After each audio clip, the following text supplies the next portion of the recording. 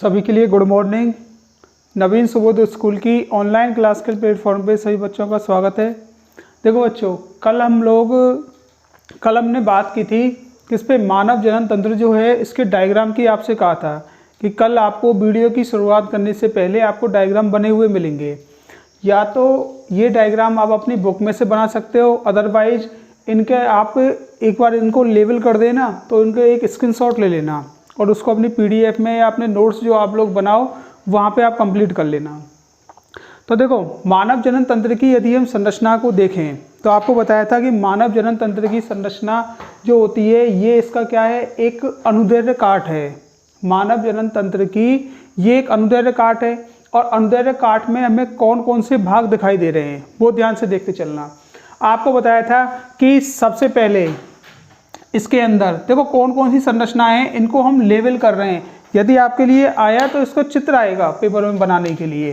तो ये जो संरचनाएं होती हैं इनको हम क्या बोलते हैं, वृषण या टेस्टिस के नाम से जानते हैं।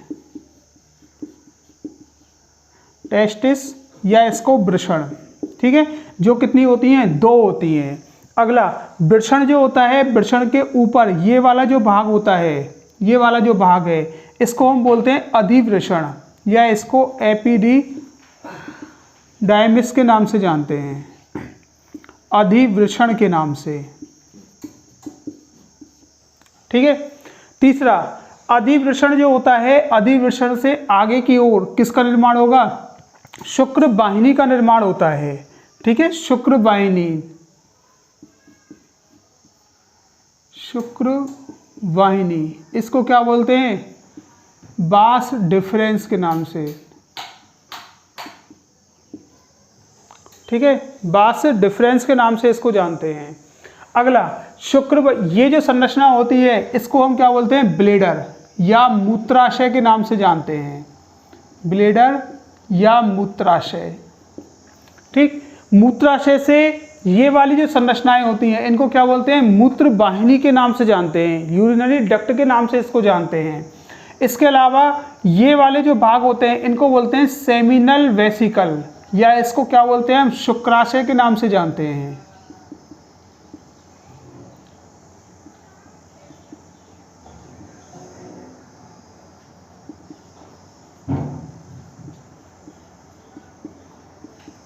शुक्राशय, ठीक है। ये जो संरचनाएं हैं ये क्या हो गई, शुक्राशय। और इस मूत्राशय के नीचे की ओर 2 क्या पाई जाती हैं, प्रोस्टेट ग्रंथियां पाई जाती हैं,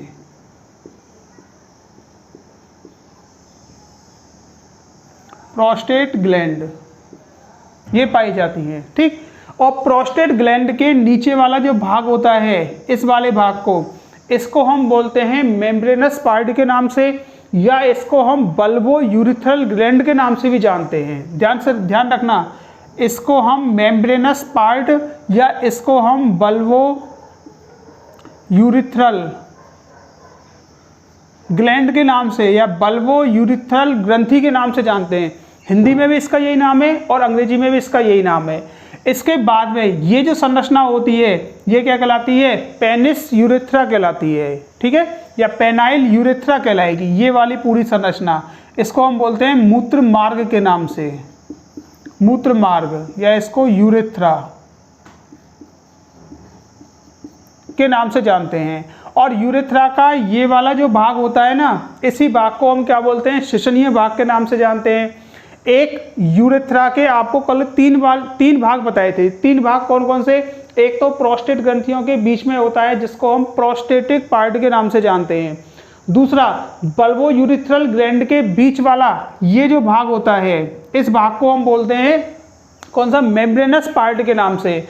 और तीसरा था जो शरीर से बाहर निकला हुआ रहता है जिसको हम शिशनीय भाग के नाम से जानते हैं या इसको हम पेनाइल या शिशनीय मूत्र मार्ग भी बोलते हैं, पेनाइल यूरेथ्रा के नाम से इसको जानते हैं। और इसका अग्रभाग जो होता है, इस अग्रभाग को ग्लांस पेनिस के नाम से जानते हैं, ग्लांस पेनिस, ठीक है। तो ये मानव के जनन तंत्र जो है, नर जनन तंत्र जो है उसका क्या हुआ, एक अनुदैर्ध्य काट हुई मानव के जनन तंत्र की। अगला कि हमने जब वृषण कोश मानव के जनन तंत्र के प्रत्येक भाग लिए थे तो सबसे पहले हमने लिया था वृषण कोश, और वृषण कोश के अंदर बताया था कि वृषण कोश के अंदर क्या होते हैं, वृषण या टेस्टिस पाए जाते हैं।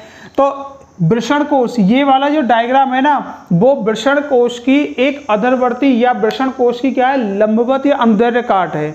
ये तो नर जनन तंत्र की अनुदैर्घ्य काट हो गई, ठीक। ये आपकी एनसीईआरटी वाली बुक जो है उसमें तो है नहीं, लेकिन इसको हम क्या है समझने के लिए बना रहे हैं। तो इसमें देखो कौन कौन से डायग्राम वो आएंगे, लेवल कौन कौन से होते हैं। हमको पता है कि ये पूरा की पूरा वृषण कोश जो होता है, आपको बताया था शरीर से बाहर पेरिटोनियम क्षेत्र में पाया जाता है, और इस पे 3 प्रकार के स्तर होते हैं। सबसे नीचे की ओर ये कौन सा होता है, ढीला डाला त्वचीय स्तर होता है, जिसपे कई सारे क्या पाए जाते हैं, रोम या हेयर पाए जाते हैं। दूसरा ये वाला जो भाग होता है ये कहलाता है डार्टोस पेशी स्तर या डार्टोस मसल लेयर भी कहलाएगा, ठीक है। डार्टोस, इन्हीं डार्टोस के कारण क्या होती है, वृषण कोश में फैलने व सिकुड़ने की क्षमता पाई जाती है।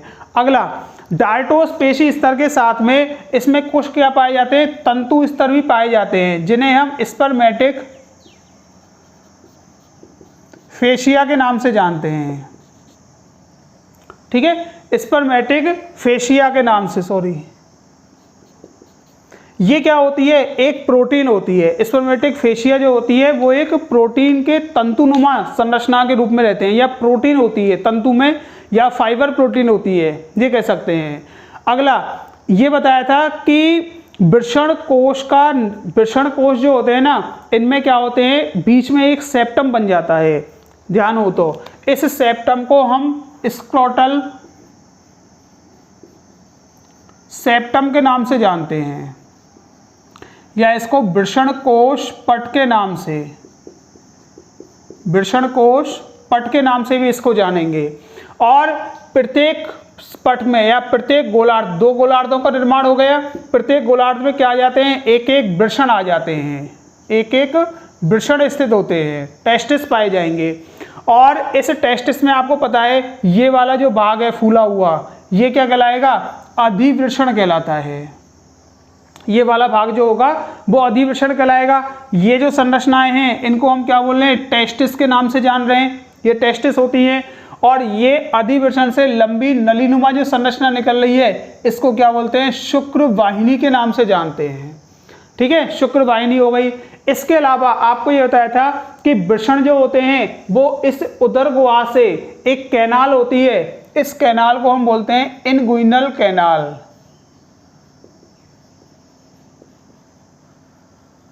या इसको बोलते हैं बक्षण नाल हिंदी में। बक्षण नाल के जरिए से ये कहाँ आ जाएंगे, अपनी अपनी ओर के गोलार्धों में आ गए। और ये किससे जुड़े हुए रहेंगे, उदर गुहा से इनका जो संबंध होता है वो एक कॉर्ड से होता है, और इस कॉर्ड को हम क्या बोलते हैं, स्पर्मेटिक कॉर्ड के नाम से जानते हैं।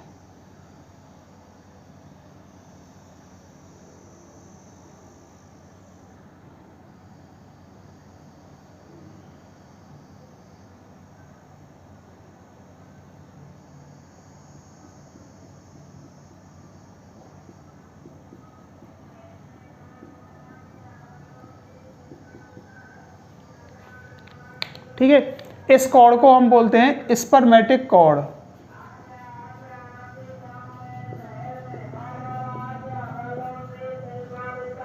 स्पर्मेटिक कॉर्ड के नाम से जानते हैं। स्पर्मेटिक कॉर्ड के आपको बताया था कि इसमें क्या होती है, क्रीमेस्टर पेशियां पाई जाती हैं।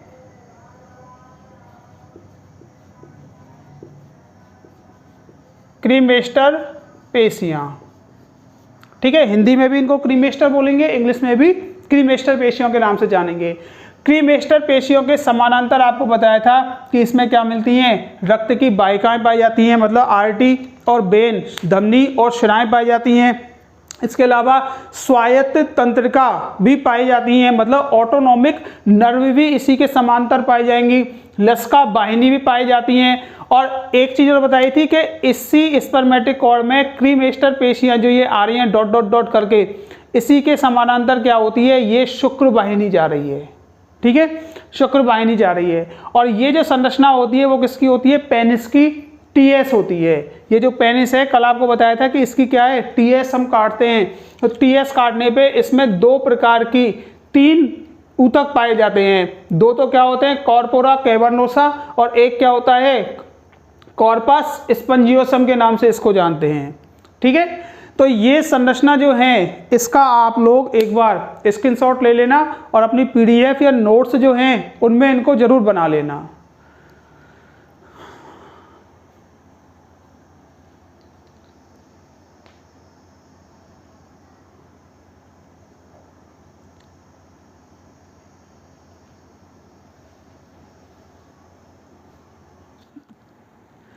देखो बच्चों, कल हम लोग चल रहे थे पेनिस के ऊपर चल रहे थे। ठीक है, पेनिस की संरचना है, पेनिस के बारे में हमने देखा था।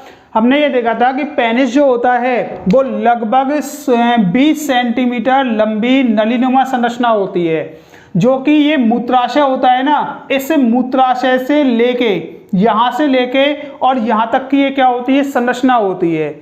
ये अग्रभाग जो होता है ना, ये अग्र छिद्र, इसको यूरिनोजेनिटल एपरेचर के नाम से भी जानते हैं। यूरिनोजेनिटल, यूरिनोजेनिटल क्यों बोलते हैं, ध्यान से सुन लेना। यूरिनोजेनिटल,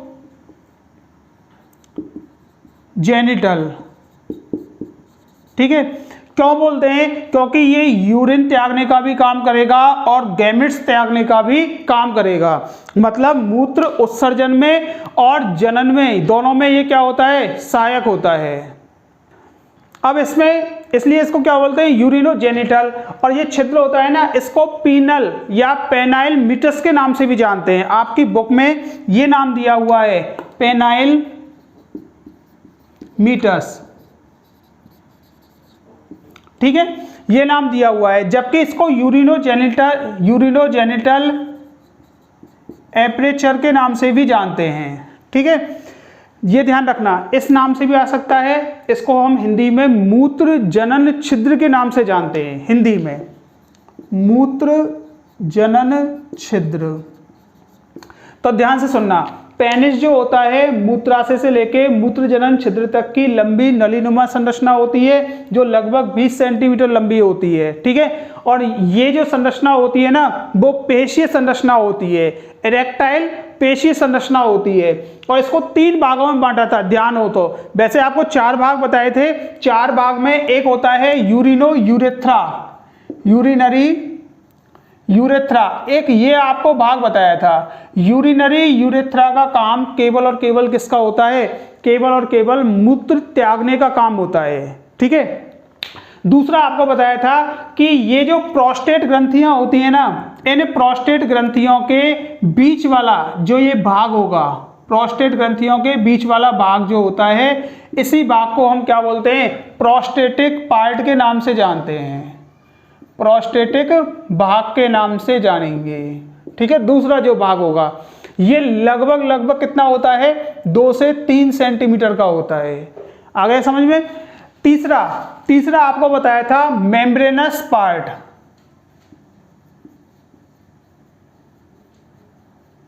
तीसरा ये लगभग 1 सेंटीमीटर का होता है। ध्यान से सुनना कि ये प्रोस्टेट ग्रंथियां हैं, इनको रेड कलर से मार्क कर रहे हैं ज्यादा। ठीक है, ये क्या हो गई, प्रोस्टेट ग्रंथियां हो गई। प्रोस्टेट ग्रंथियां जो होती हैं, इनके नीचे का ये जो भाग होता है, ये झिल्लीय भाग होता है। ठीक है, या इसको हम तंतु पट के नाम से भी जानते हैं, झिल्लीय भाग होता है। या फिर इस भाग को हम लोग एक नाम से और जानते हैं, यूरिनोजेनिटल। इस भाग को यूरिनोजेनिटल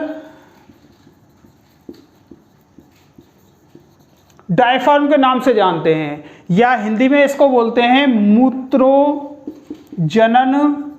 तंतुपट के नाम से जानेंगे। यूरिनोजेनिटल डायफ्राम के नाम से या मेम्ब्रेनस पार्ट के नाम से इस भाग को हम जानते हैं, जो लगभग कितना होता है, 1 सेंटीमीटर का होता है। अब ये मूत्र मार्ग जो होता है ना, ये मूत्र मार्ग क्या करता है, इस भाग को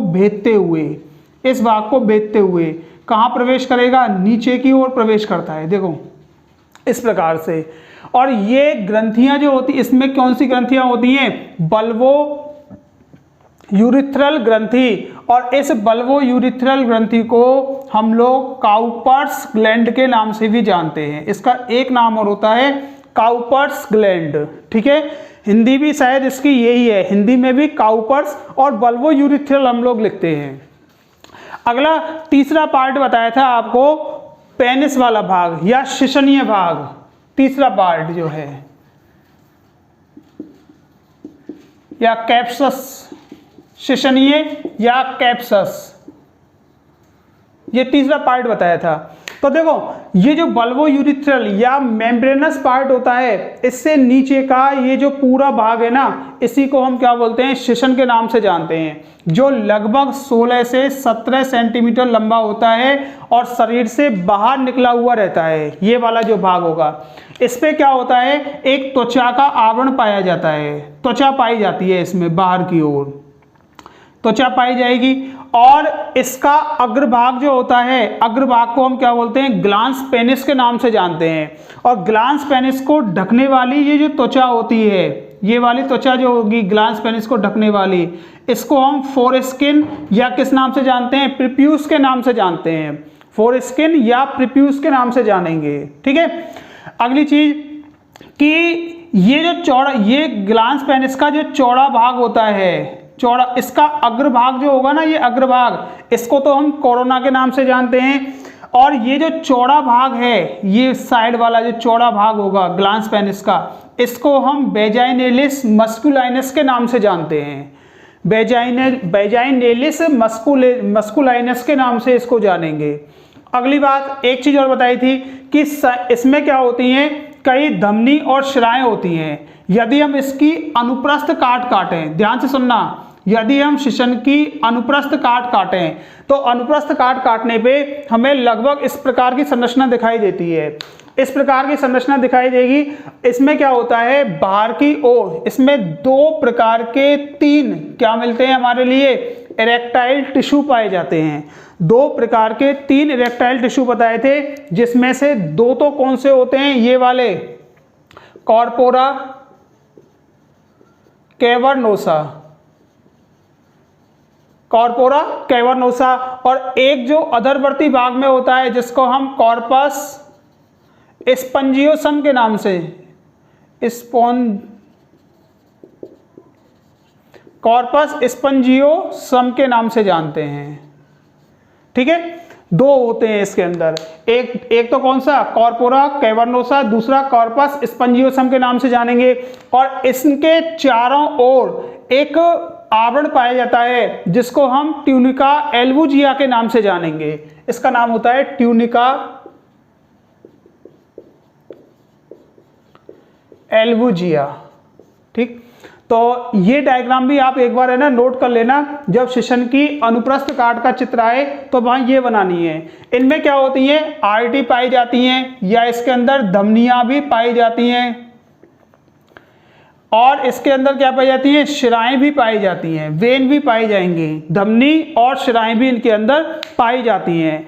अच्छा, इसमें एक चीज ध्यान रखना, शिशन की संरचना में जब हम पढ़ रहे हैं कि शिशन की संरचना में क्या होता है, कॉर्पस स्पंजियोसम वाला भाग जो होता है, ये भाग फूलकर या वृद्धि करके और किसका निर्माण करेगा, ग्लांस पेनिस का निर्माण करेगा, ठीक है, वृद्धि करके। और जो कॉर्पोरा, कल बताए थे आपको, कॉर्पोरा कैवर्नोसा होता है, इसके बीच में क्या बन जाता है, एक पट बन जाता है, ठीक है। पहले ये एक ही होता है, बाद में इसमें क्या बन जाएगा, पट, यहाँ पे, ठीक, यहाँ पे, जिसको पेनाइल सेप्टम के नाम से जानते हैं इस पट को। अगली बात कि ये जो छिद्र होता है, इसी को हम क्या बोलते हैं, पेनाइल मीटस के नाम से जानते हैं, पेनाइल मीटस के नाम से। एक आपको स्मैग्मा बताया था कि जीवाणुओं के संक्रमण के कारण क्या होती है, दुर्गंध होती है। इसके अंदर जो ये भित्ति होती है ना, ये जो बाहर की त्वचा होती है प्रीप्यूस, इसके अंदर की ओर यहाँ पे तेल ग्रंथियां पाई जाती हैं। तो जीवाणु संक्रमण के कारण क्या होता है, यहाँ पे दुर्गंध आती है, और उस दुर्गंध को क्या बोलते हैं, स्मैग्मा के नाम से जानते हैं। तो ये संरचना कल आपको बताई थी, ठीक है। तो एक इसके नीचे हेडिंग डाल लेना, शिशन की अनुप्रस्थ काट, और इस डायग्राम को भी आप लोग बना लेना अपनी पीडीएफ में या नोट्स में, जहाँ भी आप लिख रहे हो वहाँ आप इनको कंप्लीट कर लेना। इसके बाद में अब अगली हम लेके चल रहे हैं जनन सहायक ग्रंथियां कौन कौन सी हैं। हमको जनन सहायक ग्रंथियों के बारे में पढ़ना है। तो देखो जनन सहायक ग्रंथियां कौन कौन सी होंगी। चलो इस चित्र को रहने दें इधर ही।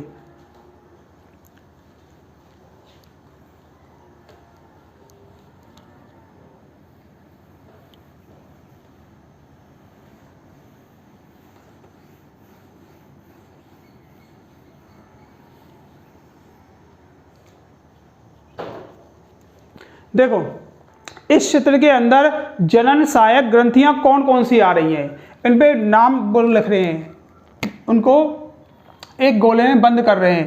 पहली होती है शुक्राशय। जनन सहायक ग्रंथियां वे होती हैं जिनसे निकले स्राव, देखो ग्रंथियां कोई भी हो, ग्रंथियों से निकले हुए स्राव जो होंगे वो क्या करते हैं, उस क्रिया में सहायक होंगे। जिस क्रिया को वो कर रहे हैं ना उस क्रिया में सहायक होंगे। तो पहली ग्रंथि कौन सी हो गई, शुक्राशय। शुक्राशय के नीचे की ओर ये कौन सी ग्रंथि है, शुक्राशय। ठीक है, शुक्राशय है। और शुक्राशय से नीचे की ओर ये वाली ग्रंथि कौन सी हो गई, प्रोस्टेट ग्रंथि। दूसरी प्रोस्टेट ग्रंथि। और प्रोस्टेट ग्रंथि के नीचे की ओर तीसरी ग्रंथि मिल रही है बल्बो यूरिथ्रल या फिर कौन सी, काउपर ग्रंथि पाई जा रही है। तो 3 ग्रंथियां हो गई। तीनों ग्रंथियों के नाम याद रख लेना। पहली कौन सी है, शुक्राशय, फिर उसके नीचे की ओर प्रोस्टेट, और तीसरी कौन सी है, बल्बो यूरिथ्रल ग्रंथि। ठीक है, इनके डायग्राम आप लोग चाहे मिनिएचर बना लेना, चाहे आप अपनी पीडीएफ लिखें वहां पे इनको ऐड कर लेना। पीडीएफ को जब आप कॉपी में लिखेंगे, इसकी आज ही आपके लिए क्या मिल जाएगी, पीडीएफ मिल जाएगी इस चैप्टर की, या जो टॉपिक आपके चल रहे हैं उनकी पीडीएफ आपको तुरंत मिलती हुई चली जाएगी। तो आपके लिए कल जितने भी आपके लिए नाम बताएं वो सारे के सारे इस चित्र में शो हो रहे हैं। अब देखना आगे कि सबसे पहले हम देख रहे हैं कौन सी ग्रंथि को, शुक्राशय। शुक्राशय इसको क्या बोलते हैं, सेमिनल वेसिकल के नाम से जानते हैं। अब ध्यान से सुनना कि शुक्राशय प्लस प्रोस्टेट और तीसरी कहाँ है, बल्बो यूरिथ्रल ग्रंथि। इन ग्रंथियों से निकले हुए जो स्राव होते हैं, इस स्राव को हम लोग सेमिनल प्लाज्मा के नाम से जानते हैं। इन ग्रंथियों से या जनन सहायक ग्रंथियों से निकला हुआ जो स्राव होगा उस स्राव को सेमिनल प्लाज्मा के नाम से जानेंगे। और सेमिनल प्लाज्मा ये देखो कौन जा रही है, शुक्र वाहिनी जा रही है। और शुक्र वाहिनी के अंदर क्या होंगे, शुक्राणु होंगे। ये शुक्राणु कहाँ मिलेंगे, यहां मिलेंगे। ध्यान से देखना इस संरचना को, कि कल आपको स्खलन वाहिनी भी बताई थी, स्खलन वाहिनी। ठीक है, ध्यान हो तो कि शुक्र वाहिनी इस शुक्राशय से, ये शुक्राशय हो गया, ये शुक्र वाहिनी हो गई, इससे मिलने से पूर्व एक छोटी सी मिलकर एक छोटी सी नलिका का निर्माण करती है। इसी को क्या बोलते हैं हम, स्खलन वाहिनी के नाम से जानते हैं इस वाले भाग को। और स्खलन वाहिनी जो होगी वो किसमें खुलती है, प्रोस्टेटिक भाग में खुलती है, कल भी बताया था आपके लिए। तो ये शुक्राशय और ये शुक्र वाहिनी का एक फूला हुआ, जहां शुक्र वाहिनी स्खलन वाहिनी का, ये स्खलन वाहिनी हो गई है।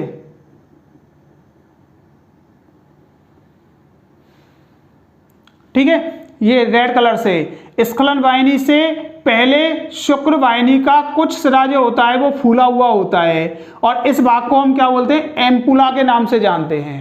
कल भी बताया था, ये शुक्र वाहिनी का फूला हुआ सिरा होगा जिसको हम एम्पुला के नाम से जानेंगे। अब ध्यान से सुनना कि सेमिनल प्लाज्मा, शुक्राशय, प्रोस्टेट और बल्बो यूरिथ्रल, इनसे निकला हुआ जो द्रव होगा उस द्रव को हम सेमिनल प्लाज्मा के नाम से जानते हैं। और शुक्र वाहिनी से कौन आते हैं, शुक्राणु आते हैं। तो जब इसमें स्पर्म ऐड हो जाते हैं, स्पर्म या शुक्राणु इसमें ऐड हो जाएंगे, तब इसको हम क्या बोलेंगे, ह्यूमन सीमन के नाम से जानते हैं। ठीक है, सेमिनल प्लाज्मा और क्या नाम है स्पर्म शुक्राणु मिलकर ही क्या बनाते हैं, मानव वीर्य का निर्माण करेंगे या ह्यूमन सीमन का निर्माण करते हैं। ठीक है, इससे पहले ये मत कहना कि शुक्र द्रव जो होता है, शुक्र द्रव और शुक्राणु मिलकर किसका निर्माण करते हैं, सीमन का। नहीं, इन ग्रंथियों से निकले हुए स्राव जो होंगे, ग्रंथियों से निकले हुए स्राव प्लस स्पर्म। कई बार क्या होता है, हम गलती ये करके आते हैं कि शुक्राशय से निकला हुआ स्राव प्लस शुक्रवाहिनी से निकले शुक्राणु, ये दोनों मिलके ही किसका निर्माण करेंगे, सीमन का, जो गलत है। सीमन के निर्माण में प्रोस्टेट ग्रंथि भी भाग लेगी और शुक्राशय ग्रंथि भी भाग लेगी। मतलब इनके द्वारा स्रावित जो भाग होंगे, स्रावित पदार्थ जो होते हैं, वो भी सीमन का निर्माण करेंगे। इसके बाद में अगला आता है कि हम लोग सबसे पहले ग्रंथि को देख रहे हैं, शुक्राशय को। शुक्राशय या सेमिनल वेसाइकल जो होती है, ये कहाँ पे स्थित होती है, ये सामने लिख रही है। शुक्राशय ग्रंथि जो होती है, ये मूत्र मार्ग के अधरवर्ती भागों में क्या होती है, स्थित होती है। ठीक है, नीचे की ओर अधरवर्ती भागों में स्थित होगी, पार्श्व भागों में या पीछे की ओर स्थित होती है। और इस ग्रंथि से क्या होता है, एक क्षारीय, ध्यान से सुन लेना, एक क्षारीय और श्यान पदार्थ निकलता है या स्राव निकलता है।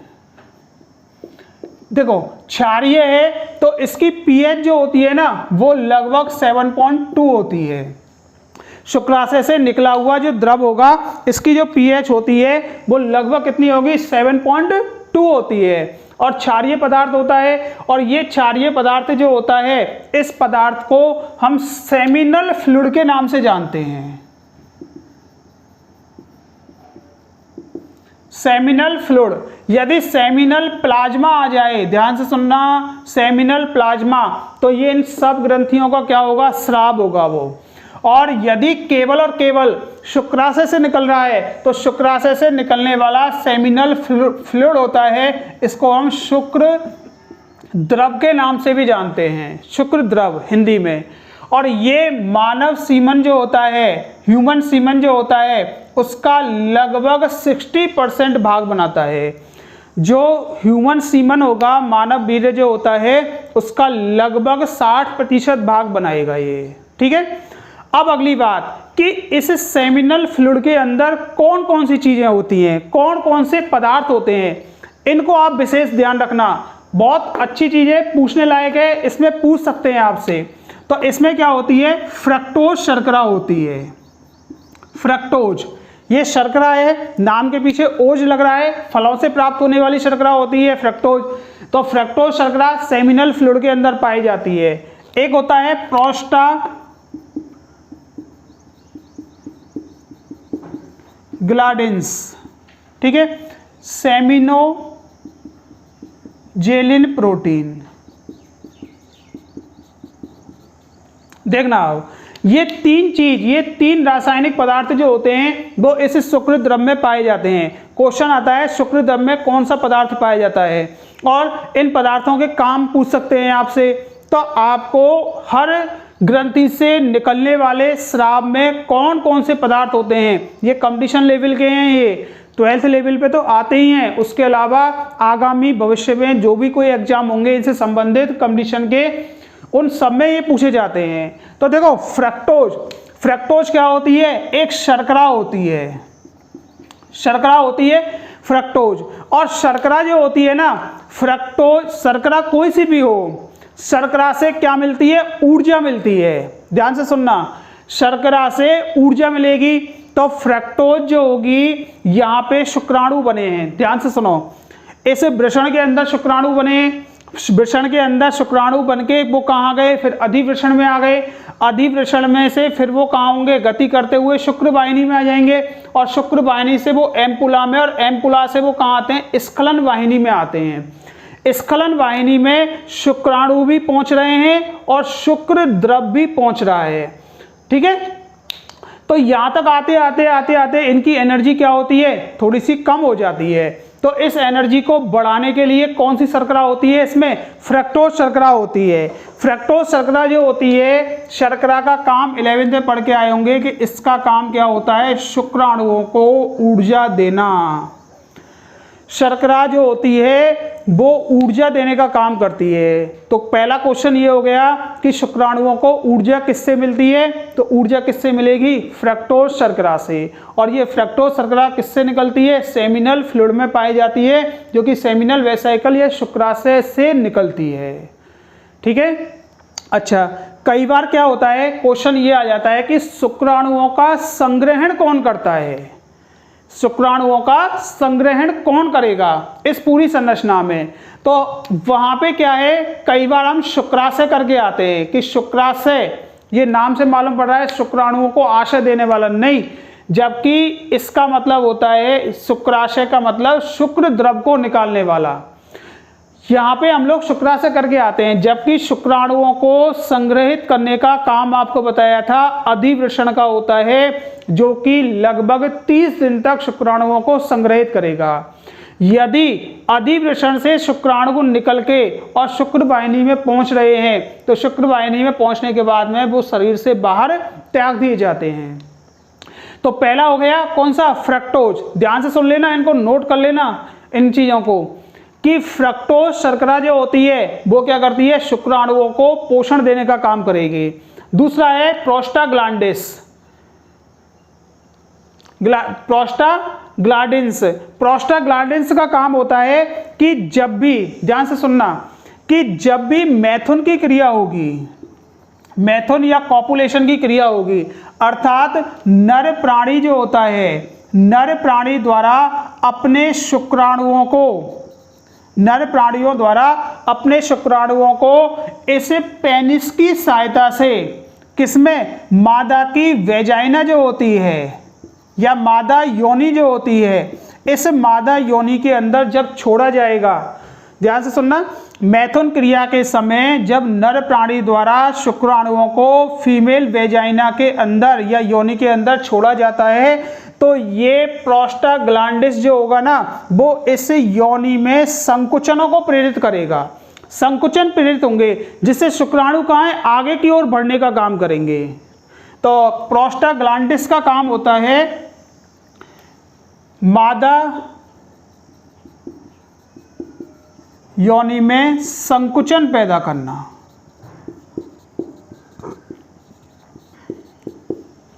ठीक है, मादा योनि में संकुचन पैदा करना। और तीसरा है सेमिनोजेलिन प्रोटीन। सेमिनोजेलिन प्रोटीन का काम होता है कि ह्यूमन सीमन जो होता है ना, मानव वीर्य जो होता है, इस सीमन को क्या करना, स्कंदन करना, इसका स्कंदन करना, और स्कंदन करके इसको क्या बनाना, गाढ़ा बनाना। जैसे दूध होता है ना, दूध का हम स्कंदन करते हैं तो उसका दही बनता है, दही दूध की तुलना में क्या होगा, गाढ़ा होगा। तो ऐसे ही ये क्या करता है, ह्यूमन सीमन को गाढ़ा बनाने का काम करता है। तो पहली ग्रंथि ध्यान रखना, पहली ग्रंथि कौन सी है, शुक्राशय। शुक्राशय ग्रंथि कहाँ होती है, मूत्राशय के नीचे अधरवर्ती भागों में पाई जाती है। और इससे क्या होता है, एक क्षारीय तरल निकलता है, जिसकी पीएच लगभग कितनी होती है, 7.2 होती है। और इस द्रव को हम किस नाम से जानते हैं, शुक्र द्रव या सेमिनल फ्लूइड के नाम से जानते हैं। और ये मानव वीर्य जो होता है उसका लगभग 60% या 60% भाग बनाएगा। और इस शुक्र द्रव के अंदर फ्रक्टोज, प्रोस्टाग्लैंडिस और सेमिनोजेलिन प्रोटीन पाई जाती है। फ्रक्टोज शर्करा के कारण शुक्राणुओं को क्या मिलती है, ऊर्जा मिलती है। और प्रोस्टाग्लैंडिस के कारण मादा की योनि में संकुचन पैदा होंगे, जिसके द्वारा ये आगे की ओर बढ़ेंगे। अभी जब निषेचन क्रिया पढ़ेंगे ना हम लोग, तो निषेचन क्रिया में इसका काम आएगा, वहां पे भी बताएंगे इसको कि ये कैसे निषेचन की क्रिया में शुक्राणुओं को आगे बढ़ाने का काम करेगा। मादा की जो वेजाइना होगी उसकी भित्तियों में संकुचन होंगे, सिकुड़ेंगी। अब सिकुड़ेंगी तो सीधी सी बात है कि ह्यूमन सीमन जो मादा की वेजाइना में छोड़ा गया है वो ऊपर की ओर गति करेगा, गर्भाशय की ओर गति करेगा वो। और सेमिनोजेलिन प्रोटीन ये गाढ़ा बनाने का काम करती है। ठीक है, इसके बाद में दूसरा आता है प्रोस्टेट ग्रंथि। प्रोस्टेट कहाँ है, ये नहीं देखो, ये प्रोस्टेट ग्रंथि होती है, ब्लैडर के नीचे पाई जाती है।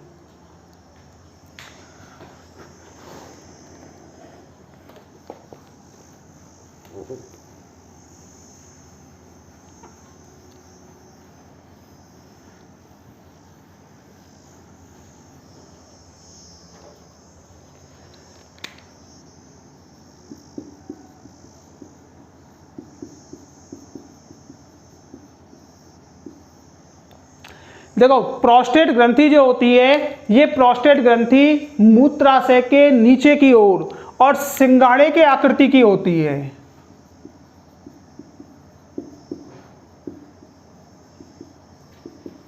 सिंगाड़े के आकृति की मूत्राशय के नीचे की ओर पाई जाती है। ये जो ग्रंथि होती है ना प्रोस्टेट ग्रंथि क्या करती है कि इस प्रोस्टेट ग्रंथि से जो द्रव निकलता है उस ये अम्लीय द्रव का स्रावन करेगी। अम्लीय द्रव, इस अम्लीय द्रव की जो पीएच होती है वो लगभग कितनी होती है, 6.8 होती है। ठीक है, और ये जो ह्यूमन सीमन होता है, मानव वीर्य जो होता है, उसका लगभग 25 या 26% भाग बनाती है। उसका लगभग 25 या 26% क्या बनाएगी, भाग बनाएगी। अब इसका काम क्या होता है, प्रोस्टेट ग्रंथि से निकले जो स्राव होते हैं ना, उसका काम क्या होता है, इनका काम होता है कि ये शुक्राणुओं को सक्रियता प्रदान करती हैं। ठीक है, शुक्राणुओं को गतिशीलता प्रदान करती हैं, शुक्राणुओं को सक्रियता प्रदान करेंगी। इससे पहले ध्यान से सुनना, इसे शुक्र द्रव से क्या निकली है, फ्रक्टोज। फ्रक्टोज क्या दे रही है, इनको ऊर्जा दे रही है। फिर उसके बाद में क्या मिल रहे हैं, प्रोस्टेट ग्रंथि से निकले हुए पदार्थ। प्रोस्टेट ग्रंथि में भी कई सारी क्या होती हैं, शर्कराएं, तो इनको क्या मिलेगी, सक्रियता मिलेगी। अब सक्रिय होंगे तो सीधी सी बात है, शुक्राणु आगे की ओर क्या करेंगे, गति करेंगे। इसके अलावा शुक्राणु, इसमें देखो, अब प्रोस्टेट ग्रंथि से निकला जो स्राव होता है, इस स्राव के अंदर कौन कौन से पदार्थ होते हैं वो ध्यान देना। इस स्राव के अंदर कैल्शियम आयन होते हैं, कैल्शियम आयन। इसके अलावा फास्फेट इसके अंदर पाए जाते हैं। इसके अलावा सिट्रिक अम्ल भी पाया जाता है, सिट्रिक अम्ल। ये क्वेश्चन आते हैं एक नंबर में पूछे जाते हैं कि प्रोस्टेट ग्रंथि से निकले स्राव में कौन कौन से पदार्थ पाए जाते हैं। शुक्राशय से निकले शुक्र द्रव के अंदर कौन कौन से पदार्थ पाए जाते हैं। ठीक है, और सबके ही आ सकते हैं, ये सिट्रिक अम्ल हो गया, फास्फेट हो गया। इसके अलावा रक्त स्कंदन करने वाली प्रोटीन होती है जो आपने लास्ट ईयर पढ़ी होगी, फाइब्रिनोजन। फाइब्रिनोजन प्रोटीन भी पाई जाती है। ठीक है, एक प्रोटीन और होती है फाइब्रोलाइसिन, फाइब्रोलाइसिन प्रोटीन। ठीक है, अब देखो इसमें क्या होता है कि प्रोस्टेट ग्रंथि से निकले हुए जो स्राव होते हैं, इन स्राव में कौन कौन से पदार्थ होते हैं, मुख्य रूप से ये पदार्थ होते हैं। इसके अलावा इनमें कार्बोहाइड्रेट और प्रोटीन भी पाई जाती है, पेप्सिनोजन भी इसमें मिलेगा। ठीक है, तो इनके द्वारा क्या होता है, इन पदार्थों के द्वारा फाइब्रिनोजन, फास्फेट, कैल्शियम आयन, इनके द्वारा ये ह्यूमन सीमन को कैसा बनाते हैं, स्कंदित करते हैं। स्कंदित करके इनको क्या बना देंगे, ह्यूमन सीमन को गाढ़ा, बहुत गाढ़ा बना देते हैं। ठीक है, phosphate, calcium ion, phosphate, fibrinogen, ये क्या करते हैं, मानव वीर्य को बहुत ज़्यादा गाढ़ा बना देंगे। और फाइब्रोलाइसिन नामक प्रोटीन जो होती है वो क्या करती है, इस गाढ़े ह्यूमन सीमन को क्या फिर से क्या करेगी, पतला करने का काम करती है। ठीक है, जो स्कंदित हो जाता है इस स्कंदन को तोड़ने का काम करेगी। मतलब स्कंदित गाढ़ा हो गया, जम गया है ह्यूमन सीमन, तो उसको पतला करने का काम करेगी कौन सी, फाइब्रोलाइसिन प्रोटीन जो होगी। तो ये शायद समझ में आ गया होगा। ये नाम आपकी बुक में भी दे रखे हैं, इसलिए इन नामों को याद करना जरूरी है कि किस ग्रंथि से कौन कौन से हमें पदार्थ प्राप्त हो रहे हैं या किस ग्रंथि के स्राव में कौन कौन से पदार्थ होते हैं। अब तीसरी ग्रंथि कौन सी है, देखो ये वाली जो ग्रंथियां हैं यहाँ है और इधर है, ठीक है।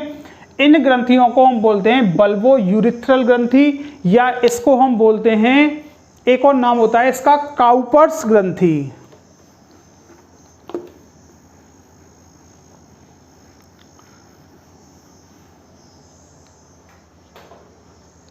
इसका एक नाम और है काउपर्स ग्रंथि या इसको बोलते हैं बल्बो यूरिथ्रल ग्लैंड के नाम से भी जानते हैं, ठीक है। दो नाम है इसके। ये जो ग्रंथि होती है ना, स्थिति आपको पता ही है कि प्रोस्टेट ग्रंथियों के नीचे स्थित होती है। मेम्ब्रेनस पार्ट जो होता है, झिल्ली में भाग जो होता है, वहाँ पे ये खुलती हैं। और इन ग्रंथियों से जो तरल निकलता है ना, इस ग्रंथि से निकलने वाला स्राव जो होता है वो स्राव कैसा होगा, क्षारीय होगा। पहली बात, इस ग्रंथि से निकलने वाला स्राव क्षारीय होगा। दूसरा, इस स्राव का काम होता है कि जब भी इस शिशन के अंदर या पेनिस के अंदर इरेक्टाइल पोजीशन आती है, इरेक्शन की क्रिया होगी, मतलब जब भी इसमें उत्थान होता है या मैथुन के समय, मैथुन इच्छा के समय इससे क्या निकलता है, ये प्रोस्टेट या काउपर्स ग्रंथि से एक क्षारीय तरल निकलता है, ठीक है। बहुत अल्प मात्रा में क्षारीय तरल, जो क्या करेगा, मादा की वेजाइना जो होती है, ध्यान से सुनना कि मादा योनि जो होती है, इस मादा योनि के अंदर, इस मादा योनि के अंदर एक जीवाणु पाए जाते हैं, अम्लीय प्रकृति के लैक्टोबैसिलस जीवाणु पाए जाते हैं। अर्थात मादा की योनि या वेजाइना जो होती है वो अम्लीय होती है, तो उसकी अम्लीयता को एक तो ये क्या करेंगे, समाप्त करेंगे, क्षार और अम्ल मिलके अम्लीयता को समाप्त करेंगे। दूसरा, ये क्या करता है, एक लुब्रिकेंट का काम करता है, स्नेहक के रूप में काम करेगा। अर्थात मैथुन की जो क्रिया होती है ना, उस मैथुन क्रिया को सरल बनाने का काम करता है। कौन सा, ये क्षारीय तरल जो होता है, काउपर्स या फिर बल्बो यूरिथ्रल ग्रंथि से निकला हुआ जो स्राव होता है। तो ये तीन ग्रंथियां हो गई आपके, कौन कौन सी, शुक्राशय, दूसरी प्रोस्टेट ग्रंथि और तीसरी है बल्बो यूरिथ्रल ग्रंथि। शायद तीनों समझ में आ गई होंगी, एक बार इन्हें फिर से रिपीट कर रहे हैं हम। सबसे पहले शुक्राशय। शुक्राशय के बारे में पढ़ा था कि ये मूत्राशय जो होता है उसके अधर भागों में पाई जाती हैं, ठीक है। और इनसे निकला जो स्राव होता है उसको सेमिनल फ्लूइड के नाम से जानते हैं। और ये क्या करता है, सेमिनल फ्लूइड मानव वीर्य जो होता है, ह्यूमन सीमन जो होता है, उसका लगभग 60% भाग बनाता है। और शुक्राशय के निकलने वाला जो शुक्र द्रव होता है, इसके अंदर फ्रक्टोज, प्रोस्टाग्लैंडिन्स और सेमिनोजेलिन,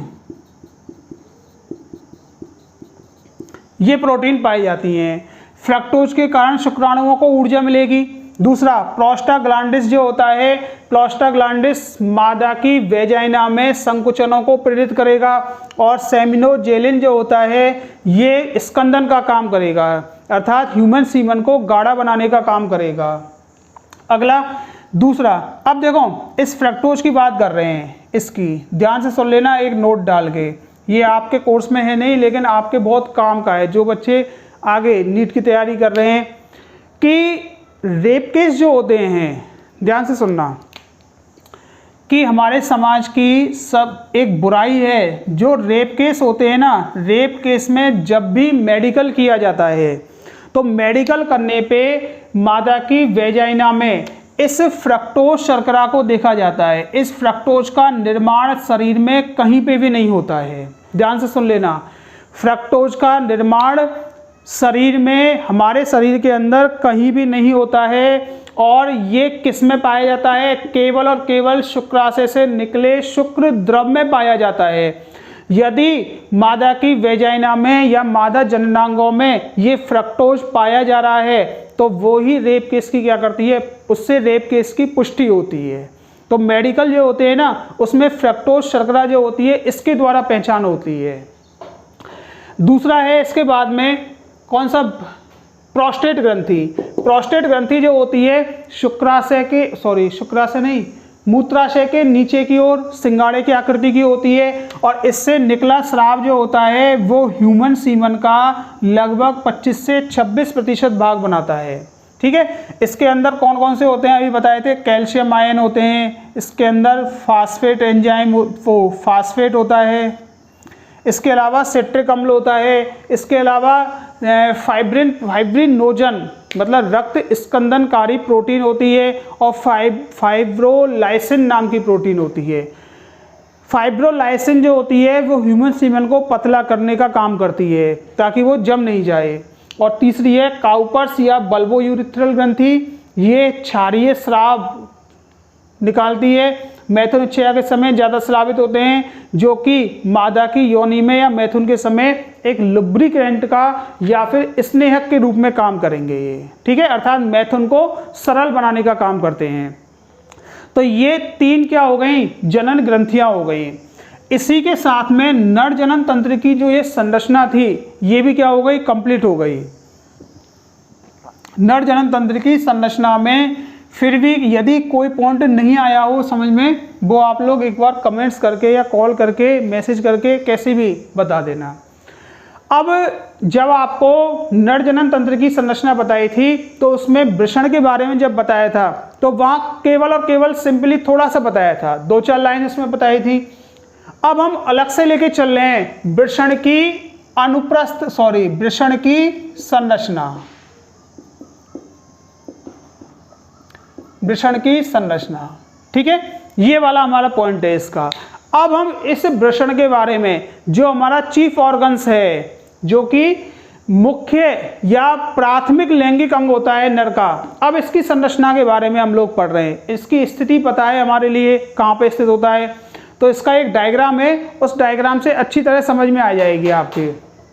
ठीक है, तब तक डायग्राम एक बार इसका डायग्राम बना दें और डायग्राम के बाद में फिर इसको समझाएंगे।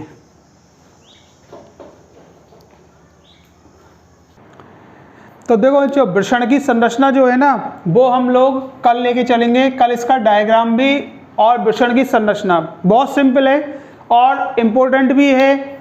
और आगे फ्यूचर में जो भी कंपटीशन एग्जाम होंगे उनमें से भी कई क्वेश्चन आते हैं। 12th बोर्ड के अलावा एनसीईआरटी के अलावा कई सारे क्वेश्चन भी इसमें से आते हैं वृषण की संरचना में से। इसको हम लोग कल बताएंगे। और आज गुरु बीजाणु जनन जो है, गुरु बीजाणु जनन से संबंधित जो सॉल्यूशन वीडियो है वो आपके लिए मिल जाएगी। ठीक है, धन्यवाद।